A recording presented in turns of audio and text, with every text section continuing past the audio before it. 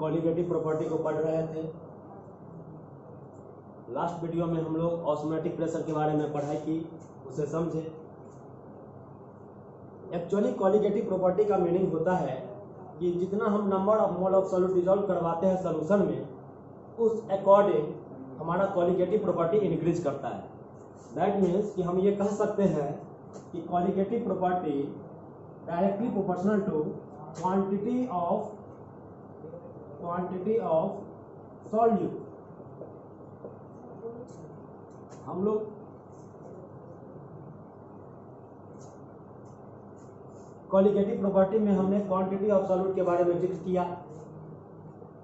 कुछ ऐसे भी सॉल्यूट हैं जो सॉल्यूशन में या तो वो डिसोसिएट कर जाता है, अदरवाइज वो एसोसिएट कर जाता है, तो उस अकॉर्डिंग वहाँ जो क्वांटिटी है या तो बढ़ सकती है या तो घट सकती है। तो डिसोसिएशन के केस में सॉल्यूट की क्वांटिटी कभी राइज कर जाती है, वेयर एज एसोसिएशन के केस में सॉल्यूट की क्वांटिटी घट जाती है। तो उस फैक्टर को कैलकुलेट करने के लिए, उस फैक्ट को हमें पढ़ने के लिए, डिटरमाइन करने के लिए एक फैक्टर जो कि 1880 ईस्वी में वॉन डॉफ साहब ने प्रपोज किया कि कुछ ऐसे भी नंबर ऑफ सॉल्यूट हैं जो सॉल्यूशन में जाने के बाद या तो वो डिसोसिएट कर जाए या एसोसिएट कर जाए। तो उस फैक्टर को कैलकुलेट करने के लिए जिस फैक्टर का हम उपयोग करते हैं, यूज करते हैं, उसे ही हम लोग वॉन डॉफ फैक्टर कहते हैं और इसे स्मॉल आई से रिप्रेजेंट किया जाता है। तो सबसे पहले हम वॉन डॉफ फैक्टर को समझते हैं। The number of mole of solute in the case of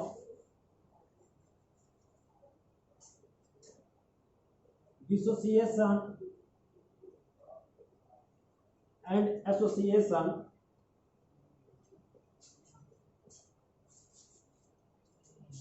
must calculated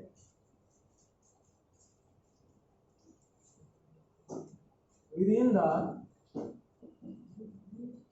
factor that is called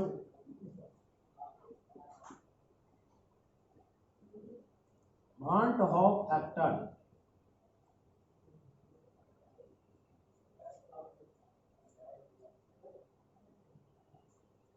ये फैक्टर रिप्रेजेंटेड किया गया था 1880 ईस्वी में।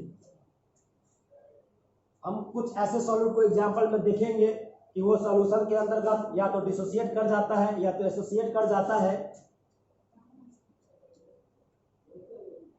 तो वॉन डॉफ फैक्टर डिटरमाइन है, एप्लीकेबल है कि उस टाइप के सॉल्यूट के क्वांटिटी को वो कैलकुलेट कर सकता है। सच एग्जांपल में अगर हम लोग लिए NaCl जो एक साल्ट है, अगर इसे हम लिक्विड में डिजॉल्व करवाते हैं, अगर हम इसे लिक्विड में डिजॉल्व करवाते हैं तो 1 मोल अगर हमने NaCl लिया तो ये जैसे ही लिक्विड के अंदर गया डिजॉल्व होगा तो ये आयन में डिसोसिएट कर जाएगा, Na plus and Cl minus. That means कि 1 मोल Na प्लस 2 था, 1 मोल जो है वो Cl माइनस 2 था। तो इस प्रकार हमने क्या देखे, जो NaCl हमारा है वो हमने थ्योरेटिकली 1 मोल लिया, लेकिन जब हम उसे लिक्विड के अंदर, सॉल्यूशन के अंदर ऑब्जर्व किया तो ऑब्जर्वेशन के केस में हमें 2 मोल में नंबर ऑफ सॉल्यूट की क्वांटिटी दिखाई दी। तो इसे हम ऑब्जर्व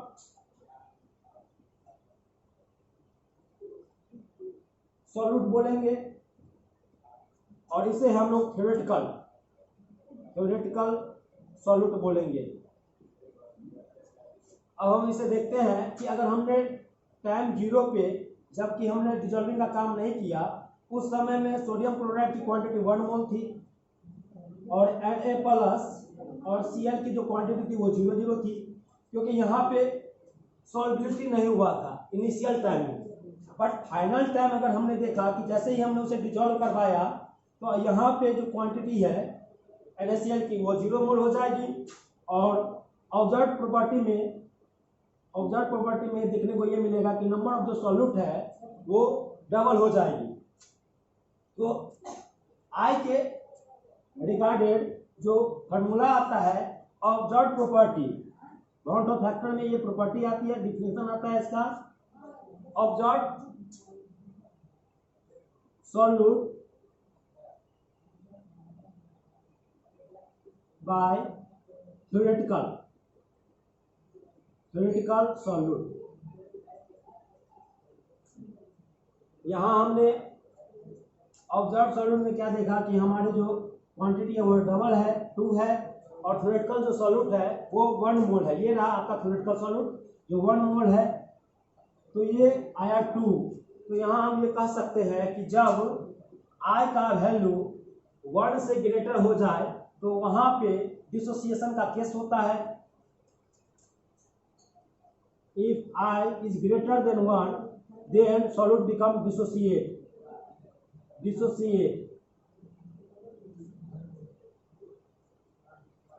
दूसरा हम लोग देखते हैं वो एसोसिएशन के केस में।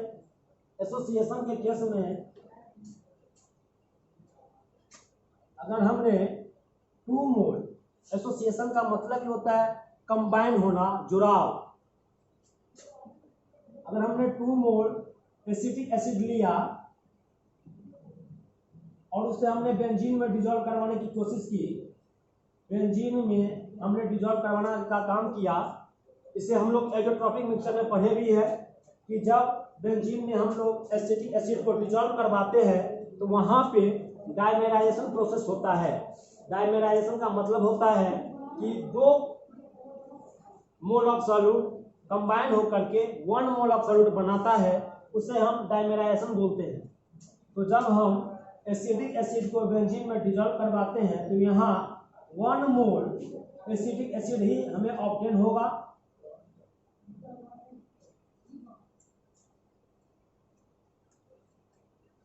अगर यहाँ हमने ले लिया थ्योरेटिकल में तो 2 मोल आपने डिसॉल्व करवाया एसिडिक एसिड बेंजीन के अंतर्गत, तो उस टाइम में अगर यहाँ टाइम में ले लिया 0 तो यहाँ पे वैल्यू इसकी आ जाएगी 0, बिकॉज अभी तो एसोसिएशन हुआ ही नहीं।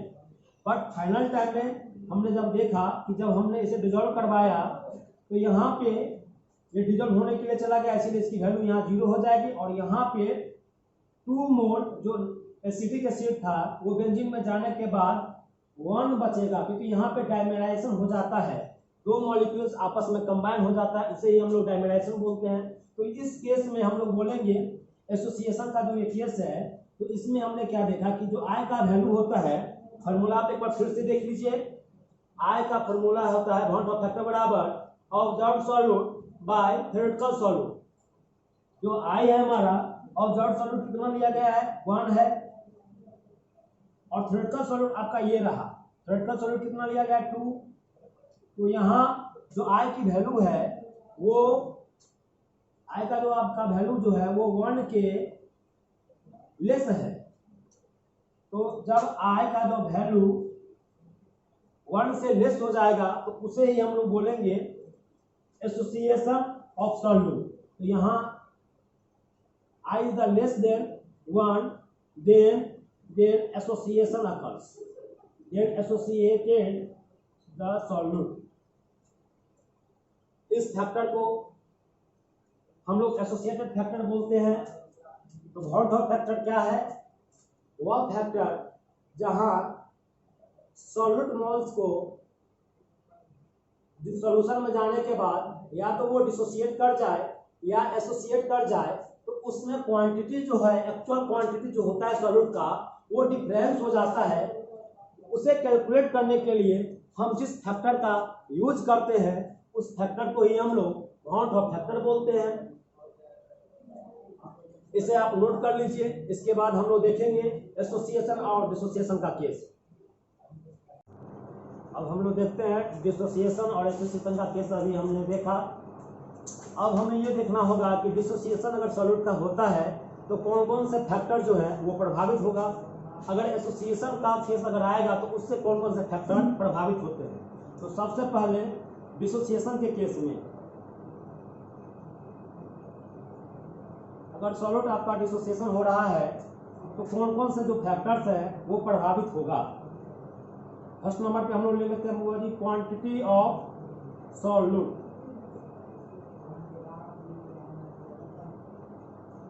सेकेंड नंबर में हम लोग ले लेंगे बुआ जी क्वालिटेटिव प्रॉपर्टी।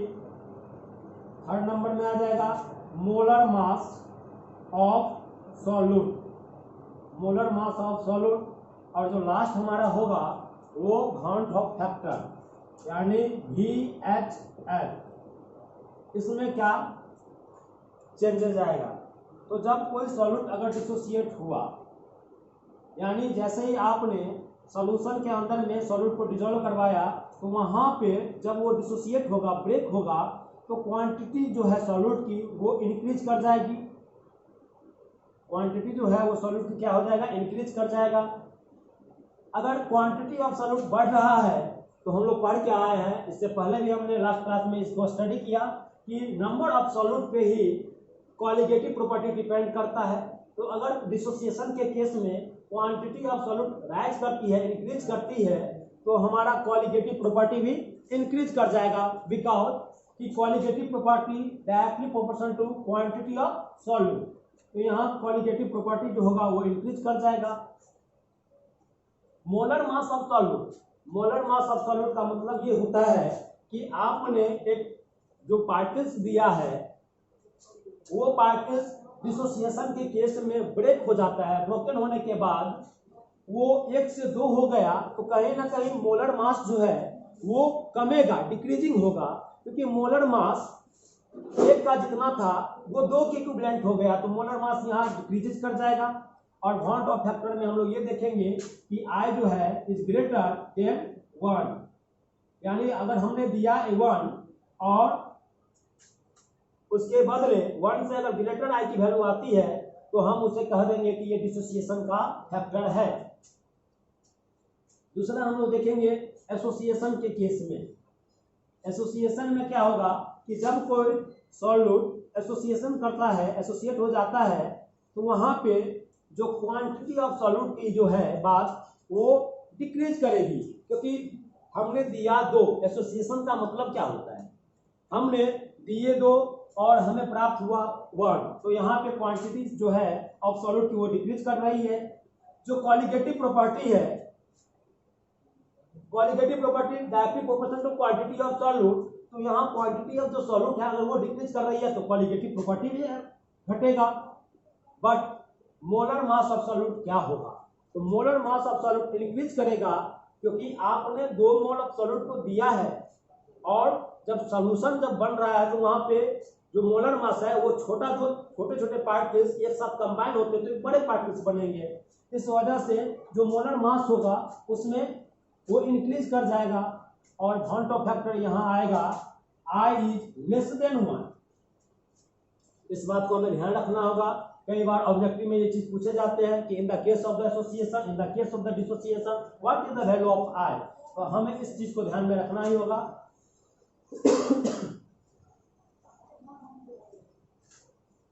इस टेबल को अगर हम ध्यान रखना है हमें कि कौन कौन से फैक्टर्स जो है वो इफेक्टेड होते हैं अगर केस ऑफ डिसोसिएशन का आ जाए, केस ऑफ एसोसिएशन का आ जाए। अब इसके बाद हमारा जो लास्ट टर्म आएगा वो कि फार्मूला जो बनता है I का, दैट मींस कि बॉन्ड ऑफ फैक्टर का फार्मूला क्या निकल के आएगा।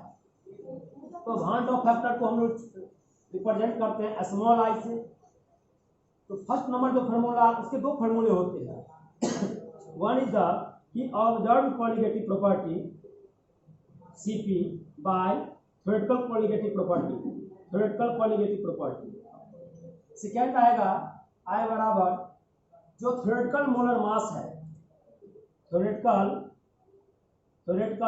Molar mass by observe molar mass, क्योंकि मोलर मास जो होता है वो इनवर्सली प्रोपोर्शनल होता है क्वालिटेटिव प्रॉपर्टी का। तो जितना हमने दिया उस अकॉर्डिंग ऑब्जर्व के बाद क्या उतना रहा या उससे कमा या उससे बढ़ा, इसीलिए हम लोग आएगा दूसरा फॉर्मूला ये आएगा theoretical molar mass by observe molar मास, और फर्स्ट फार्मूला आएगा I बराबर observe colligative property bye theoretical colligative property. इसे हमें ध्यान में रखना होगा। अब प्रश्न ये उठता है कि वॉन टॉप फैक्टर को अगर हमने पढ़ा तो इसका क्या मतलब है, वॉन टॉप फैक्टर किस वजह से पढ़ा गया। तो हम लोग जो कॉलिगेटिव प्रॉपर्टी पढ़े थे 4 प्रकार का, उसे हम लोग जाने। अगर जब कोई भी सॉल्यूट बैकवर्ड डिसॉल्व नहीं हो रहा है, वो डिसोसिएशन या एसोसिएट कर जा रहा है, उस सॉल्यूट को कैलकुलेट करने के लिए हमें I का यूज करना होगा, और हम सब वहां पे इस चीज को देखते हैं। तो इसे नोट कर लीजिए।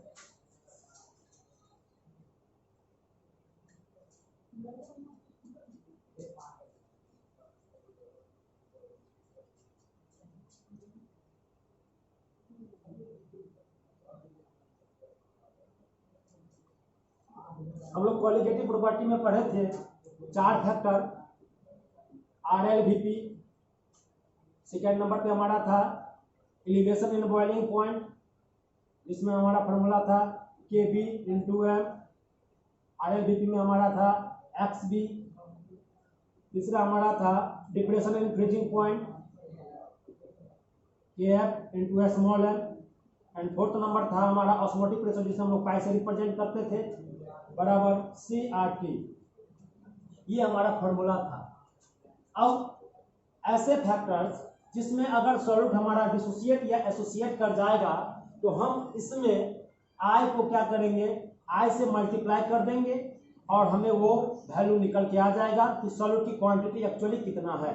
तो हम सब जगह I से मल्टीप्लाई कर देंगे, और इस प्रकार हमें जो नंबर ऑफ सॉल्यूट की जो क्वांटिटी है वो आसानी से डिटरमाइन हो जाएगा इस फैक्टर के माध्यम से। अब हम लोग देखते हैं कि जो सॉल्यूट है अगर नॉट डिसोसिएटेड और एसोसिएटेड, कोई सॉल्यूट ना ही तो वो डिसोसिएट कर रहा है सॉल्यूशन में, ना ही वो एसोसिएट कर रहा है, तो वहां I का वैल्यू क्या हो जाएगा, 1 के इक्वल हो जाएगा। अगर कोई सॉल्यूट डिसोसिएट कर गया यानी कि ब्रोकन हो गया, तो उस केस में I क्या हो जाएगा, I इज ग्रेटर देन 1 हो जाएगा। अगर कोई सॉल्यूट एसोसिएट कर गया, जब सॉल्यूशन में कोई सॉल्यूट एसोसिएटेड कर गया, तो वहां I का जो वैल्यू हो जाएगा वो लेस देन 1 हो जाएगा। और इस प्रकार हम लोग किसी भी प्रकार के सॉल्यूट को कैलकुलेट कर सकते हैं, चाहे वो एसोसिएट हो जाए या डिसोसिएट हो जाए सॉल्यूशन में। नेक्स्ट वीडियो में हम लोग इससे रिलेटेड जो न्यूमेरिकल्स हैं, डिग्री ऑफ डिसोसिएशन को समझेंगे, इससे रिलेटेड न्यूमेरिकल्स को सॉल्व करेंगे, और इस प्रकार हमारा ये चैप्टर जो है सॉल्यूशन चैप्टर वो समाप्त हो जाएगा। ध्यान से पढ़िए, मन लगा करके।